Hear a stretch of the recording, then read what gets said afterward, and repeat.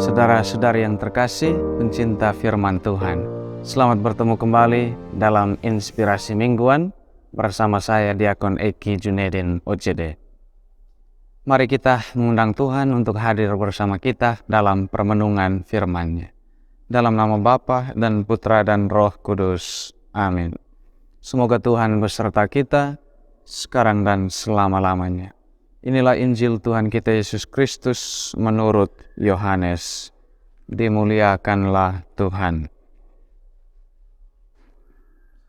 Setelah Yesus wafat di salib, pada malam pertama sesudah hari Sabat, berkumpullah murid-murid Yesus di suatu tempat dengan pintu-pintu yang terkunci karena mereka takut kepada orang-orang Yahudi. Pada waktu itu datanglah Yesus berdiri di tengah-tengah mereka dan berkata, "Damai sejahtera bagi kamu. Sama seperti Bapa mengutus aku, demikian juga sekarang aku mengutus kamu." Dan sesudah berkata demikian, Yesus mengembusi mereka dan berkata, "Terimalah Roh Kudus. Jikalau kamu mengampuni dosa orang, dosanya diampuni. Dan jikalau kamu menyatakan dosa orang tetap ada, dosanya tetap ada." Pada waktu Yesus datang itu, Thomas, seorang dari ke-12 murid yang juga disebut Didimus, tidak ada bersama-sama mereka. Maka kata murid-murid yang lain itu kepadanya, "Kami telah melihat Tuhan." Tetapi Thomas berkata kepada mereka, "Sebelum aku melihat bekas paku pada tangannya, dan sebelum aku mencucukkan jariku ke dalam bekas paku itu, dan mencucukkan tanganku ke dalam lambungnya, aku sama sekali tidak akan percaya." 8 hari kemudian, murid-murid Yesus berada kembali dalam rumah itu, dan Thomas bersama-sama dengan mereka. Sementara pintu-pintu terkunci, Yesus datang. Ia berdiri di tengah-tengah mereka dan berkata, "Damai sejahtera bagi kamu." Kemudian Yesus berkata kepada Thomas, "Taruhlah jarimu di sini, dan lihatlah tanganku. Ulurkanlah tanganmu dan cucukkanlah ke dalam lambungku, dan jangan engkau tidak percaya lagi, melainkan percayalah." Thomas menjawab kepadanya, "Ya Tuhanku dan Allahku." Kata Yesus kepadanya, "Karena telah melihat aku, maka engkau percaya. Berbahagialah mereka yang tidak melihat, namun percaya."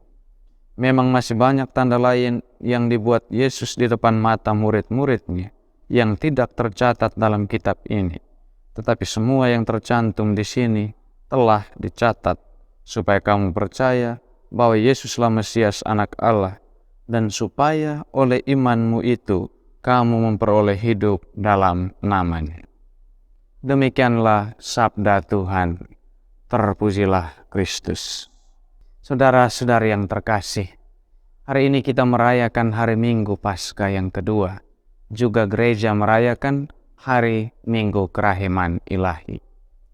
Minggu lalu kita telah merenungkan salah satu bukti yang meyakinkan kita bahwa Yesus telah sungguh-sungguh bangkit, yaitu dijumpainya makam kosong oleh para murid.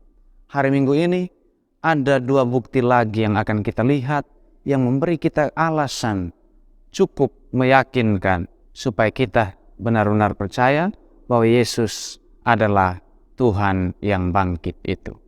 Kita dengar bahwa salah satu murid yang pada saat Yesus menampakkan dirinya tidak hadir bersama mereka. Dia adalah Thomas yang juga disebut Didimus. Dia katakan, "Sebelum aku mencucukkan jariku pada bekas luka pada tangan Yesus, juga pada bekas luka pada lambungnya, aku sekali-kali tidak percaya." Nah, salah satu bukti yang meyakinkan kita bahwa Yesus sungguh bangkit adalah bekas luka, baik pada tangan maupun pada lambungnya. Hari ini, Thomas setelah melihat dan menyaksikan secara langsung, dia pun percaya dan dia memberi pengakuan, "Ya Tuhanku dan Allah." Bukti juga yang lain yang memberi kita keyakinan bahwa Tuhan sungguh bangkit adalah penampakan-penampakan yang dilakukannya kepada orang-orang pilihannya. Sebagaimana dia katakan, "Saya tidak akan menampakkan diri kepada seluruh bangsa, tetapi hanya kepada orang-orang yang mana Tuhan telah khususkan. Dan itu adalah para murid, yang mana melalui kesaksian mereka juga hari ini kita percaya. Dan di akhir Injil tadi kita dengar bahwa ada begitu banyak tanda lain, penampakan lain yang Yesus tunjukkan.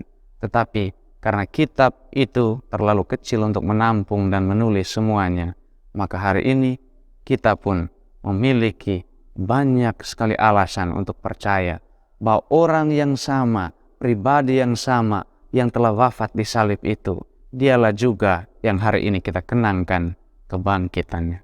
Kebangkitan Tuhan mempersatukan. Kebangkitan Tuhan menghimpun dan mengumpulkan. Sementara kematiannya itu mencerai-beraikan. Banyak murid, kita ingat, mereka tidak hadir bersama Yesus dalam peristiwa jalan salibnya. Tetapi dengan kebangkitannya, Tuhan mau menghimpun mereka kembali. Begitupun halnya dengan kita. Mungkin dalam situasi-situasi tertentu, dalam penderitaan perjuangan yang kita hadapi, kerap mencerai-beraikan kita, menjauhkan kita dari Tuhan. Tapi yakinlah, hari ini melalui perayaan kebangkitan Tuhan yang kita rayakan, Tuhan mau mengumpulkan kita kembali. Tuhan ingin menghimpun kita kembali, menyatukan kita kembali ke dalam dekapan belas kasihan-Nya. Inilah makna Paskah yang sejati untuk kita. Kalau kita berusaha untuk memisahkan diri dari perkumpulan, dari persekutuan, dari kesempatan untuk melayani, baiklah. Dengan kebangkitan ini, sebagaimana makna kebangkitan menyatukan, menghidupkan, menghimpunkan kembali, mari kita tingkatkan, gandakan lagi semangat kita, terima setiap kesempatan untuk mengambil bagian dalam pelayanan. Karena ketika Yesus bangkit, tubuh jasmaninya Dia percayakan kepada kita. Kita menjadi kaki dan tangan Tuhan untuk meneruskan apa yang telah Dia mulai di tanah Palestina, di tanah Israel. Hari ini, sebagai pengikut-pengikut Tuhan, kitalah yang menjadi perpanjangan tangan Tuhan untuk mengambil bagian dalam karya-karya kebaikan-Nya.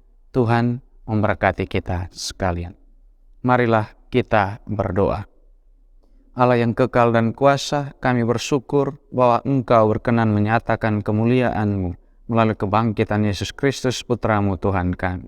Mampukanlah kami juga ya Bapa, agar turut bangkit dan juga mau dihimpunkan kembali ke dalam kemuliaan Putra-Mu. Kami percaya bahwa sebagaimana Engkau membangkitkan Yesus Kristus Putra-Mu, Engkau membangkitkan kami pula dari keterpurukan, dari dosa dan kejatuhan-kejatuhan kami. Demi Kristus Tuhan dan pengantara kami. Amin. Dalam nama Bapa dan Putra dan Roh Kudus. Amin.